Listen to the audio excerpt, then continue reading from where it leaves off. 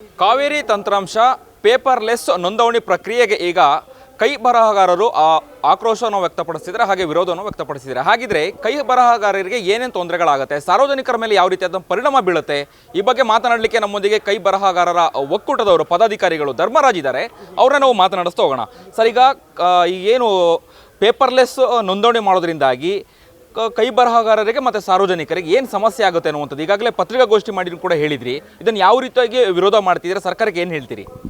Sir, ಈಗ ನಾವು ಪತ್ರ ಬರಹಗಾರರು ಸುಮಾರು ವರ್ಷಗಳಿಂದ ವೃತ್ತಿಯನ್ನು ಮಾಡ್ಕೊಳ್ತಾ ಬರ್ತಾಯಿದ್ದೀವಿ. ಸರ್ಕಾರದಿಂದ ಯಾವುದೇ ಧನ ಸಹಾಯ ಪಡೆದೇ ನಾವು ನಮ್ಮದೇ ಆಗಿರ್ತಕ್ಕಂಥ ವೃತ್ತಿಯನ್ನು ನಿರ್ವಹಣೆ ಮಾಡಿದ್ದೀವಿ. ರಾಜ್ಯ ಸರ್ಕಾರ ಈಗೇನು ಪೇಪರ್ಲೆಸ್ ಅನ್ನೋ ಕಾನ್ಸೆಪ್ಟ್ ಏನು ತಂದಿದೆಯಲ್ಲ, ಆ ತಂದಿರೋದ್ರ ಜೊತೆಯಲ್ಲಿ ನಮ್ಮ ಪತ್ರ ಬರಹಗಾರನ ಒಳಗೊಂಡಂತೆ ಆ ಒಂದು ಡಿಜಿಟಲೀಕರಣ ಮಾಡಬೇಕಾಗಿತ್ತು.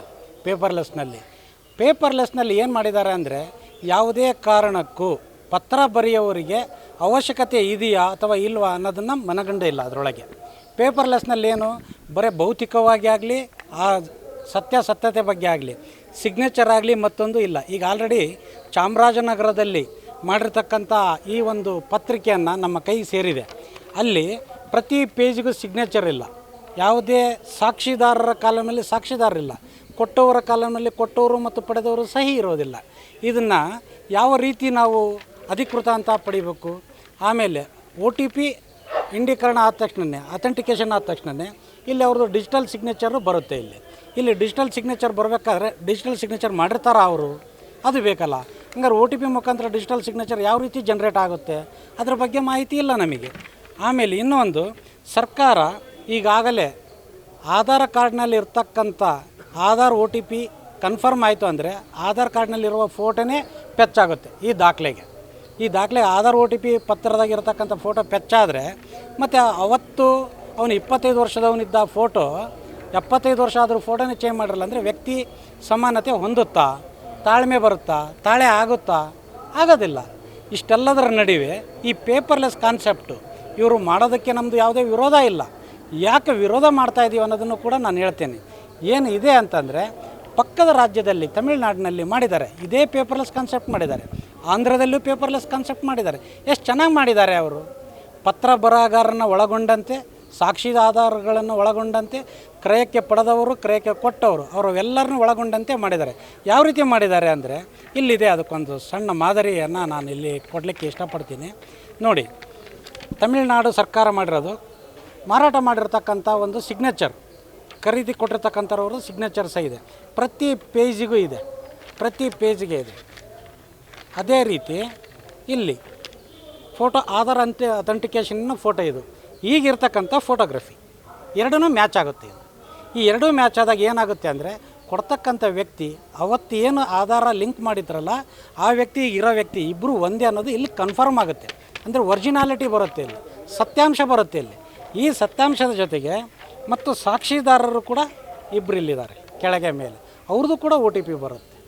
ಈ ಎರಡು ಕಂಡು ಈ ರೀತಿ ವ್ಯವಸ್ಥೆ ಮಾಡಿದಾಗ ಈ ಪತ್ರವನ್ನು ಯಾರು ತಯಾರಿಸಿದರು, ಎಲ್ಲಿ ತಯಾರಾತಾದರೆ, ಅದೇನು ಅವರೊಟ್ಟಿಗೆ ಅವರೇ ಮಾಡ್ಕೊಂಡ್ರ ಅಥವಾ ತಪ್ಪಾಗಿ ಏನಾರ ಮಾಡಿದಾರೆ ಅಂತಂದರೆ, ಇಲ್ಲಿ ಡಾಕ್ಯುಮೆಂಟ್ ರೈಟ್ರ್ ಅಂತ ಇದೆ, ಓಂ ಪ್ರಕಾಶ್ ಅಂತೇಳಿ, ಅವ್ರದ್ದು ಕೂಡ ಇಲ್ಲಿ ಸಿಗ್ನೇಚರ್ ಇದೆ, DS ಇದೆ, ಅವ್ರದ್ದು ಫೋಟೋ ಇದೆ. ಹಾಗಾದರೆ ಈ ಪತ್ರ ಸುಳ್ಳು ಅಂತ ಯಾವ ರೀತಿ ಹೇಳೋಕ್ಕೆ ಸಾಧ್ಯ? ಇಷ್ಟೆಲ್ಲ ಆಧಾರಗಳನ್ನು ಇಟ್ಕೊಂಡು ತಮಿಳುನಾಡು ಸರ್ಕಾರ ಪತ್ರ ಬರಹಗಾರನ ಒಳಗೊಂಡಂತೆ ಮಾಡಿದ್ರಿಂದ ಇಲ್ಲಿ ಪತ್ರ ಬರಹಗಾರರಿಗೂ ದೈನಂದಿನ ವೃತ್ತಿ ಜೀವನಕ್ಕೆ ತೊಂದರೆಯೂ ಇಲ್ಲ. ಸರ್ಕಾರ ಮಾಡಿರತಕ್ಕಂಥ ಹೊಸ ಪೇಪರ್ಲೆಸ್ಸಿನ ಬಗ್ಗೆ ಯಾರದೇ ಆಕ್ಷೇಪ ಇಲ್ಲ.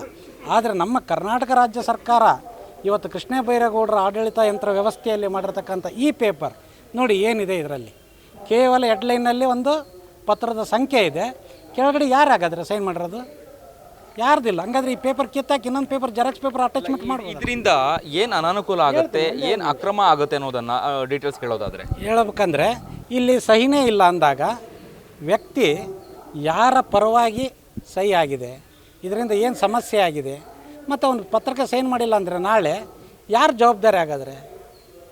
ಹಾಗಾದರೆ ಈ ಪೇಪರ್ನ ಚೇಂಜ್ ಮಾಡ್ಬೋದಲ್ಲ, ನಾನು ಬರೆದು ಕೊಟ್ಟಿರ್ತಕ್ಕಂಥ ವಿವರಣೆ ಬದಲಾವಣೆ ಆಗುತ್ತಲ್ಲ. ಮತ್ತು ಇಡೀ ಪೇಪರೇ ಚೇಂಜ್ ಆಯಿತು ಅಂದರೆ ನಾಳೆ ಅವನ ಆಸ್ತಿ 1 ಎಕರೆ ಇರೋದನ್ನು 10 ಎಕರೆ ಮಾಡ್ಕೋಬೋದು. ಈ ಪೇಪರ್ ಎಲ್ಲಾದರೂ ಸಿಗ್ನೇಚರ್ ಇದೆಯಾ ನೋಡಿ. 1 ಎಕರೆ ಇರೋದನ್ನ 10 ಎಕರೆ ಮಾಡ್ಲಿಕ್ಕೆ ಸಾಧ್ಯ ಇಲ್ಲ ಅಂತೀರ. ಈಗ ಚಾಮರಾಜನಗರ ಜಿಲ್ಲೆಯಲ್ಲಿ ಇದನ್ನು ಈಗಾಗಲೇ ಏನೋ ಅನುಷ್ಠಾನಕ್ಕೆ ತಂದಿರುವಂಥದ್ದು, ಅದಕ್ಕೆ ವಿರೋಧನ ಅಥವಾ ಈ ಒಂದು ಪೇಪರ್ಲೆಸ್ ಕಾನ್ಸೆಪ್ಟೇ ಸರಿ ಇಲ್ಲ ಅಂತ ಹೇಳುವಂಥದ್ದು ಏನು ಅಂತ? ಪೇಪರ್ಲೆಸ್ ಕಾನ್ಸೆಪ್ಟು ಸರಿ ಇಲ್ಲ ಅಂತ ನಾವು ಹೇಳ್ತಾ ಇಲ್ಲ. ಸರ್ಕಾರ ಮಾಡ್ತಾ ಇರ್ತಕ್ಕಂಥ ಈ ಪೇಪರ್ಲೆಸ್ನಲ್ಲಿ ಲೋಪದೋಷಗಳು ಭಾಳಷ್ಟು ಇದ್ದಾವೆ.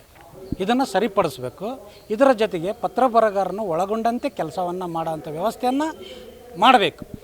ಈ ಕೈ ಬರಹಗಾರರಿಗೆ ಇದರಿಂದ ಆಗುವಂತಹ ಸಮಸ್ಯೆಗಳೇನು ಅನ್ನುವಂಥದ್ದನ್ನು ಹೇಳೋದಾದ್ರೆ, ಹಾಗಾದರೆ ಹಂತ ಹಂತವಾಗಿ ಡಿಜಿಟಲೀಕರಣದಲ್ಲಿ ನಮ್ಮನ್ನು ಎಲ್ಲಿಯೂ ಈ ಪತ್ರಕ್ಕೆ ಅವಶ್ಯಕತೆಯೇ ಇಲ್ಲ ಅನ್ನೋ ರೀತಿಯಲ್ಲಿ ಮಾಡ್ತಾ ಇದೆ ಸರ್ಕಾರ.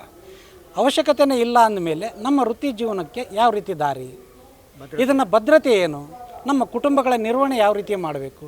ಈಗ ಏನಾದರೂ ನನ್ನಿಂದ ಪತ್ರ ಬರಹಗಾರರಿಂದ ಅವಶ್ಯಕತೆ ಇದೆ, ಈ ಪತ್ರಕ್ಕೆ ಅವ್ರು ಸೈನ್ ಮಾಡಿದ್ದು ಅಧಿಕೃತ ಅಂತ ಗೊಳಿಸಿದ್ರೆ ಮಾತ್ರ ಸಾರ್ವಜನಿಕರು ಬಂದು ನಮ್ಮ ಹತ್ರ ಪತ್ರಗಳನ್ನು ತಯಾರು ಮಾಡ್ತಾರೆ. ಅವರು ಕೊಡ್ತಕ್ಕಂಥ ಸಂಭಾವನೆಯಿಂದ ನಮ್ಮ ಜೀವನ ನಡೆಯುತ್ತೆ. ಆದರೆ ಅವ್ರದ್ದು ಏನು ಇಲ್ಲೇ ಇಲ್ಲ, ಅವರೇ ಸಾರ್ವಜನಿಕವಾಗಿ ಮಾಡ್ಕೋಬೋದು ನೇರ ಅಂತ ಮಾಡಿದರೆ ಮತ್ತು ನಾವು ಎಲ್ಲಿ ಹೋಗಬೇಕು? ಸರ್ಕಾರ ನಮಗೆ ಉದ್ಯೋಗ ಭದ್ರತೆ ಬಗ್ಗೆ ಏನನ್ನು ಅಧಿಕೃತವಾಗಿ ಘೋಷಣೆ ಮಾಡಿದೆ? ಇದು ನಮ್ಮ ಪ್ರಶ್ನೆ. ಓಕೆ, ಬೆಂಗಳೂರು ಒಳಗೊಂಡಂತೆ ರಾಜ್ಯದಲ್ಲಿ ಎಷ್ಟು ಕರ್ನಾಟಕ ರಾಜ್ಯದಲ್ಲಿ ಕೈ ಬರಹಗಾರರು ನೋಂದಾಯಿತ ಕೈ ಬರಹಗಾರರು ಎಷ್ಟು ಜನ ಇದ್ದಾರೆ ಅನ್ನುವಂಥದ್ದು? ಸುಮಾರು ಕರ್ನಾಟಕ ರಾಜ್ಯದಿಂದ ಈಗಿರ್ತಕ್ಕಂಥ 2000 ಇಸ್ವಿ 94ರಲ್ಲಿ ಒಂದು ಸರಿ ಆಗಿರ್ತಕ್ಕಂಥದ್ದು ಮತ್ತು 2000ನೇ ಇಸ್ವಿಯಿಂದ ಇಲ್ಲಿವರೆಗೂ ಸುಮಾರು 9ರಿಂದ 10,000 ಜನಸಂಖ್ಯೆ ಇದೆ ಅಧಿಕೃತವಾಗಿ. ಆದ ನಂತರ ಅವರಿಗೆ ಸಂಬಂಧಪಟ್ಟಂಗೆ ಅಧಿಕೃತವಾಗಿ ಕಂಪ್ಯೂಟರ್ ಆಪ್ರೇಟರ್ಗಳು ಸಹಾಯಕರಾಗಿ ಒಬ್ಬೊಬ್ಬರಿಗೆ 3-4 ಜನ ಇದ್ದಾರೆ. ಯಾಕೆ ಅಂದರೆ ಡಿಪೆಂಡ್ಸ್ ಆಗಿ ಕೆಲಸಗಳನ್ನು ಮಾಡ್ತಾರೆ. ಅವ್ರಿಗೆ ಸಂಬಂಧಪಟ್ಟಂತೆ ಅವರ ಕುಟುಂಬ ವರ್ಗದವರು, ಹೀಗೆ ಲಕ್ಷಾಂತರ ಜನ ಈ 10,000 ಜನದ ಮೇಲೆ ಡಿಪೆಂಡ್ ಆಗಿ ಲಕ್ಷಾಂತರ ಕುಟುಂಬಗಳು ಬದುಕ್ತದೆ. ಈ 10,000 ಜನಸಂಖ್ಯೆಯನ್ನು ಸರ್ಕಾರ ಹೇಳ್ತಾ ಇದೆ, ತುಂಬಿದ ಸಭೆಯಲ್ಲಿ ಹೇಳಿದೆ, ಯಾವುದೇ ಕಾರಣಕ್ಕೂ ಪತ್ರ ಬರಹಗಾರರಿಗೆ ನಾವು ತೆಗೆಯೋದಿಲ್ಲ, ಅವ್ರು ಇರ್ತಾರೆ, ಅವ್ರದ್ದು ಅವಶ್ಯಕತೆ ಇದೆ ಅಂತ ಹೇಳುತ್ತೆ. ಹಾಗಾದರೆ ಈ ಪೇಪರ್ಲೆಸ್ನಲ್ಲಿ ನಮ್ಮದು ಅವಶ್ಯಕತೆ ಎಲ್ಲಿದೆ? ಎಲ್ಲಿ ತೋರಿಸಿದ್ದಾರೆ? ಹಾಗಾದರೆ ತೋರಿಸ್ಬೇಕಾಯ್ತಲ್ಲ, ನಮ್ಮದು ಅವಶ್ಯಕತೆ ಇದ್ದಿದ್ರೆ ತೋರಿಸೇ ಇಲ್ಲ. ಆ ಒಂದು ದಿಸೆಯಲ್ಲಿ ಸರ್ಕಾರ ಮಾಡ್ತಕ್ಕಂಥ ತಪ್ಪು, ಇದರಲ್ಲಿ ಏನು ಲೋಪದೋಷ ಇದೆ ಅದು ಸರಿಪಡಿಸಿ ಈ ಕೂಡಲೇ ನಾವು ಈ ಹಿಂದೆ ಹಲವಾರು ಬಾರಿ ಕೇಳಿದ್ದೀವಿ, ನಮಗೆ ಸಾರ್ವಜನಿಕವಾಗಿ ಯಾವ ರೀತಿ ಲಾಗಿನ್ ಕೊಟ್ಟಿದ್ದೀರೋ ಅದೇ ರೀತಿ ನಮಗೂ ಕೂಡ ಡೀಡ್ ರೈಟರ್ ಲಾಗಿನ್ನ ಕೊಡಿ. ಡೀಡ್ ರೈಟರ್ ಲಾಗಿನ್ನಲ್ಲಿ ಯಾರೇ ತಪ್ಪು ಮಾಡಿದರೂ, ಯಾರು ಪತ್ರ ಬರಹಗಾರರು ಮಾಡಿದ್ರು ಅನ್ನೋದು ಬೇಗ ಸಿಗುತ್ತೆ, ಐಡೆಂಟಿಫೈ ಮಾಡಲಿಕ್ಕೆ ನಿಮಗೆ ಅವಕಾಶ ಇರುತ್ತೆ. ಸಾರ್ವಜನಿಕ ಲಾಗಿನ್ನಲ್ಲಿ ಮಾಡಿದರೆ ಯಾರು ಮಾಡಿದರು, ಎಲ್ಲಿ ಮಾಡಿದರು ಯಾರಿಗೂ ಗೊತ್ತಾಗಲ್ಲ. ಹಾಗಾದರೆ ಮತ್ತೆ ಪತ್ರ ಬರಹಗಾರರು ಇಲ್ಲಿವರೆಗೂ ಮಾಡ್ಕೊಂಬಂದಿರತಕ್ಕಂಥ ವ್ಯವಸ್ಥೆಯ ಬಗ್ಗೆ ಸರ್ಕಾರದ ಧೋರಣೆ ಏನು? ನಿಧಾನವಾಗಿ ಹಂತವಾಗಿ ಹತ್ತಿಕ್ಕುವಂಥ ಕೆಲಸ ಮಾಡ್ತಾ ಇದೆ ಅನ್ನೋದು ಈ ಪೇಪರ್ಲೆಸ್ ನೋಡಿದ ಮೇಲೆ ಗೊತ್ತಾಗ್ತಾ ಇದೆ. ಅದಕ್ಕೆ ನಾವು ಆಗ್ರಹಪಡಿಸ್ತಾ ಇದ್ದೀವಿ, ದಯಮಾಡಿ ಈ ಪೇಪರ್ಲೆಸ್ನಲ್ಲಿ ನಮಗೆ ಯಾವುದೇ ರೀತಿ ಸ್ಥಾನಮಾನ ನೀಡದೇ ಕೊಟ್ಟಿದ್ದೀರಿ. ಸಬ್ ರಿಜಿಸ್ಟ್ರಿಗೆ DSC ಕೊಟ್ಟಿದ್ದೀರಿ, ಖರೀದಿದಾರರ DSC ಕೊಟ್ಟಿದ್ದೀರಿ, ಸಾಕ್ಷಿದಾರರ DSC ಕೊಟ್ಟಿದ್ದೀರಿ, ಅವರಿಗೆಲ್ಲ ಕೊಟ್ಟಿದ್ದೀರಿ. ಹಾಗಾದರೆ ಈ ಪತ್ರವನ್ನು ಯಾರು ತಯಾರು ಮಾಡಿದರು ಅಂದರೆ ಯಾರು ಕೇಳಬೇಕು? ಯಾರಾಗಾದ್ರೆ ಇದಕ್ಕೆ ಸಂಪೂರ್ಣವಾದ ಹೊಣೆ? ಇವತ್ತು ಪತ್ರಿಕಾಗೋಷ್ಠಿಯನ್ನು ನಡೆಸಿದ್ರಿ, ಆಕ್ರೋಶವನ್ನು ಹೊರಹಾಕಿದ್ರಿ. ಮುಂದಿನ ಕಾನೂನು ಹೋರಾಟ ಏನು ಅನ್ನುವಂಥದ್ದು, ಮುಂದಿನ ನಡೆ ಏನು ಅಂತ? ನಾವು ಈಗಾಗಲೇ ಸಾಕಷ್ಟು ಬಾರಿ ಸಚಿವರುಗಳಿಗೆ ಮನವಿಯನ್ನು ಕೊಟ್ಟಿದ್ದೀವಿ. ನಮ್ಮ ಈ ಪೇಪರ್ಲೆಸ್ ಕಾನ್ಸೆಪ್ಟು ಈಗೇನು ಮಾಡಿದಾರೋ ಅದರಲ್ಲಿ ನಮ್ಮನ್ನು ಕೂಡ ಒಳಗೊಂಡಂತೆ ಮಾಡಿದಲ್ಲಿ ನಮ್ಮ ರಾಜ್ಯಾದ್ಯಂತ ಇರತಕ್ಕಂಥ ಎಲ್ಲ ಪತ್ರ ಬರಹಗಾರರ ಬದುಕು ಹಸನಾಗುತ್ತೆ. ಒಂದು ವೇಳೆ ರಾಜ್ಯ ಸರ್ಕಾರ ಈ ಒಂದು ಪೇಪರ್ಲೆಸ್ನಲ್ಲಿ ನಮ್ಮನ್ನು ಪರಿಗಣನೆ ತಗೊಳ್ಳದೇ ಯಥಾವತ್ತಾಗಿ ಏನು ಚಾಮರಾಜನಗರ ಜಿಲ್ಲೆಯಲ್ಲಿ ಇನ್ಸ್ಟಾಲ್ ಮಾಡಿದಾರೋ ಅದೇ ರೀತಿ ಆದರೆ ಮುಂದಿನ ದಿನಗಳಲ್ಲಿ ನಾವೆಲ್ಲರೂ ಸೇರಿ ಸಬ್ ರಿಜಿಸ್ಟ್ರ್ ಕಚೇರಿಗಳನ್ನು ಮುಚ್ಚುವುದರೊಂದಿಗೆ ಉಗ್ರ ಹೋರಾಟವನ್ನು ನಾವು ಹಮ್ಮಿಕೊಳ್ತೀವಿ ಅನ್ನೋದನ್ನು ಈ ಮುಖಾಂತರ ನಾವು ಅವರಿಗೆ ಆಗ್ರಹವನ್ನು ವ್ಯಕ್ತಪಡಿಸ್ತಾ ಇದ್ದೀವಿ. ನಮಸ್ಕಾರ. ಇದಿಷ್ಟು ಧರ್ಮರಾಜ್ ಅವರ ಮಾತುಗಳಾಗಿತ್ತು. ಕ್ಯಾಮ್ರಾ ಪರ್ಸನ್ ಅಭಿಲಾಷ್ ಜೊತೆ ಅಭಿಜಿತ್ ಗಣೇಶ್, ಕರ್ನಾಟಕ ಟಿವಿ, ಬೆಂಗಳೂರು. ನೀವು ಸಣ್ಣ ಆಗ್ಬೇಕಲ್ವಾ? ಅದು ಒಂದು ಉತ್ತಮ ಆಹಾರದಿಂದ ಸಣ್ಣ ಆಗ್ಬೇಕಲ್ವಾ? ಪ್ರತಿದಿನ ನಮ್ಮ ಜೀನಿ ಸ್ಲಿಮ್ನ ಯೂಸ್ ಮಾಡಿ ಯಾವುದೇ ಸೈಡ್ ಎಫೆಕ್ಟ್ ಇಲ್ದಂಗೆ ನೀವು ಸಣ್ಣ ಆಗ್ತೀರಾ.